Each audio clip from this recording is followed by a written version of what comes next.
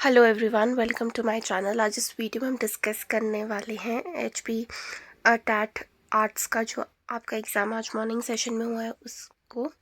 Start करते हैं psychology part से, चाइल्ड साइकोलॉजी से स्टार्ट करते हैं। The first question is role of environment on intelligence is highlighted by the studies on dash children.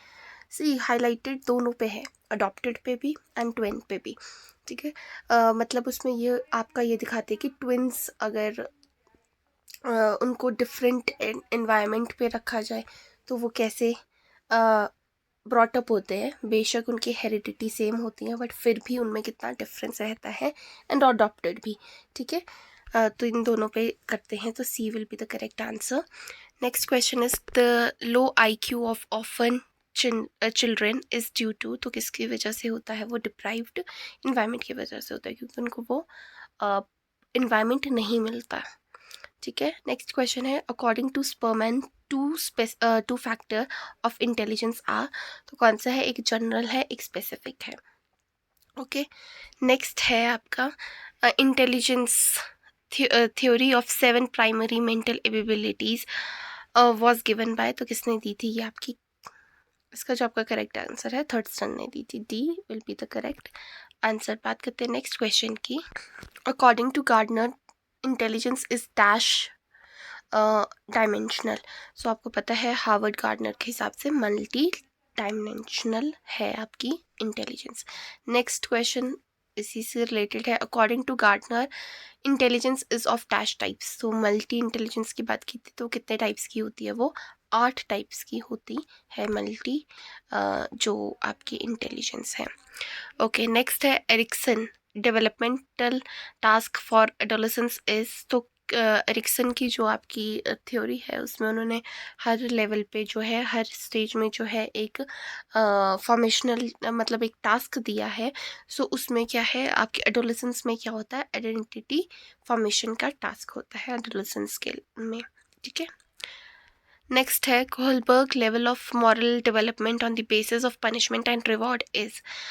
इसका जो आपका करेक्ट आंसर रहने वाला है, मॉरल और रिवॉर्ड कब ये होता है? ये होता है आपके प्री कन्वेंशनल स्टेज में, या हम बोल सकते हैं जो आपके 3 से 7 साल की जो स्टेज होती है उसमें होता है ये। उसके बाद आपकी कन्वेंशनल आती है, फिर पोस्ट आती है। ठीक है, उस टाइम प्री कन्वेंशनल में बच्चे को यही होता है कि अगर मैं ये काम अच्छे से करूँगा तो मुझे रिवॉर्ड मिलेगा, अगर मैं अच्छे से नहीं करूँगा तो मुझे पनिशमेंट मिलेगी। ओके, बात करते हैं नेक्स्ट क्वेश्चन की।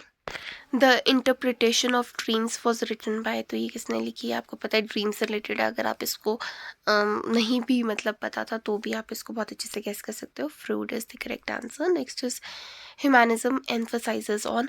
तो ह्यूमैनिज्म जो है वो किस चीज़ पे एम्फसाइज करती हैं? जो आपके स्कूल्स ऑफ साइकोलॉजी में आपने पढ़ा होगा, एंड अगर आपने चैनल पे जो वीडियोस थी वो देखी थी तो आपको ये सारे आंसर्स बहुत ईजिली आने चाहिए, क्योंकि ये सारा हमने डिस्कस किया हुआ है। तो self is the correct answer.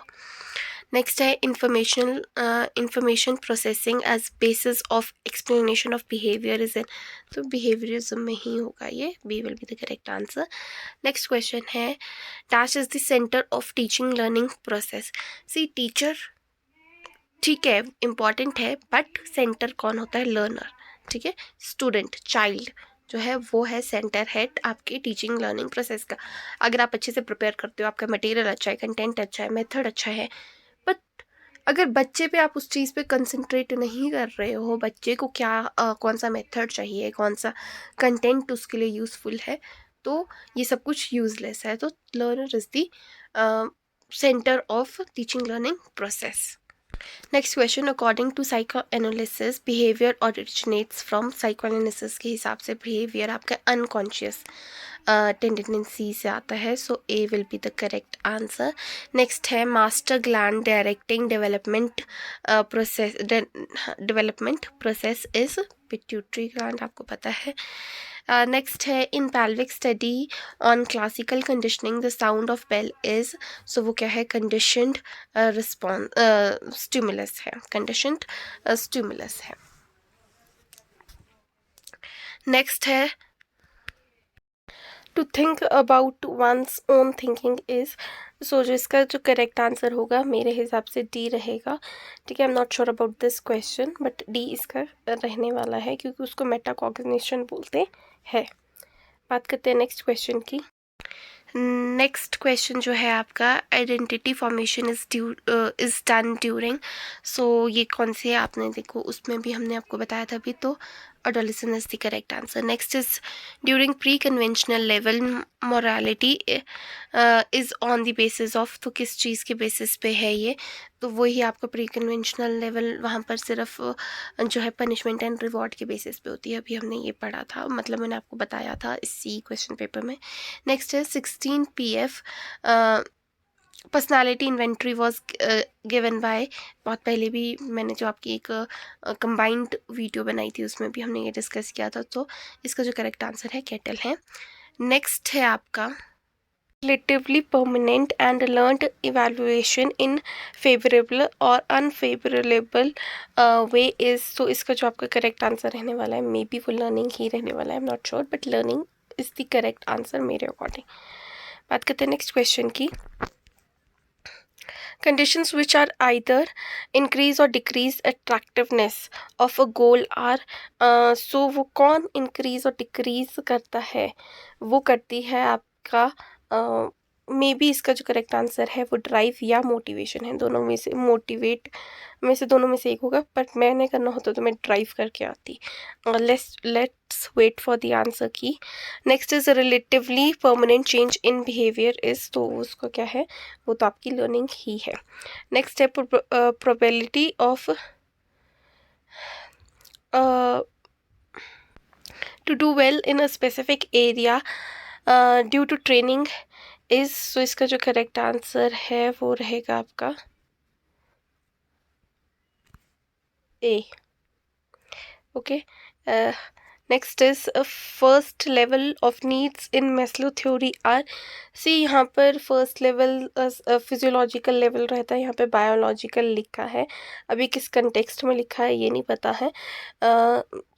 Physiological में आपका फूड, एयर और जो ये रहता है आपकी बेसिक नीड्स रहती हैं, क्लोथिंग वगैरह वो आता है। So I am not sure about this answer क्योंकि यहाँ पर फिजियोलॉजिकल आना चाहिए था, ये गलती से लिखा गया है, वो we don't know this thing. अगर ये नहीं है मतलब तो सिक्योरिटी आएगा, क्योंकि पहले इंसान को खाना चाहिए, फिर उसको सेफ्टी चाहिए, उसकी सेफ्टी नीड्स चाहिए, फिर उसके बाद उसको लव रिलेशंस वगैरह चाहिए, फिर उसके बाद स्टीम आती है, सेल्फ स्टीम आती है। ठीक है, सो ये वाला क्वेश्चन एक सस्पेंस रहने वाला है क्योंकि यहाँ पे फिजियोलॉजिकल, बायोलॉजिकल तो कोई टर्मिनोलॉजी नहीं है इस थ्योरी में। ठीक है, तो ये किस कंटेक्स्ट में यूज़ किया गया है वो पता नहीं है, तो मैं पी के साथ जाना चाहूँगी क्योंकि फर्स्ट लेवल तो वैसे तो आपका फिजियोलॉजिकल ही रहता है।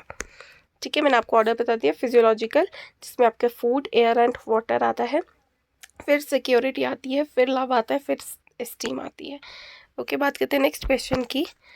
That is use of negative reinforcer by the teacher will dash the probability of pronunciation by the student। C negative reinforcer का मतलब हमेशा यही नहीं होता है कि हम नेगेटिवली उसको कर रहे हैं, कुछ चीज़ें ऐसी होती है हम बच्चे को इम्प्रूव करने के लिए भी वो चीज़ करते हैं, so that will increase the probability.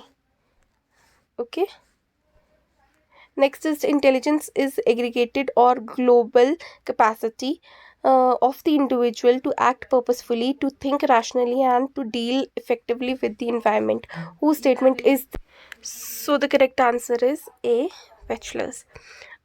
फिर next is your intelligence involved in understanding behavior of other is, so that is interpersonal। okay, next question is mental age of 8-year child whose IQ is 75 will be, so आपको पता है formula क्या use किया जाता है, वो IQ is equals to mental age upon chronicle age into 100। इसमें आपको ये वैल्यूज़ पुट करनी थी, आपको मेंटल एज निकालनी है, so the value will be 6 years। Okay, next A meaningful sensation is known as, so B will be the correct answer। बात करते हैं लास्ट क्वेश्चन की। Information processing capacity of a child is, तो child की क्या होती है, limited होती है। ठीक है, वो लिमिटेड ही सोच पाता है, लिमिटेड चीज़ें ही प्रोसेस कर पाता है। So that's all for today. Thank you so much. I hope आपके लिए ये वीडियो यूज़फुल रही हो, एंड दैट्स ऑल। अपने फ्रेंड्स के साथ आप ये शेयर कर सकते हैं अगर आपको अच्छी लगी है ये वीडियो।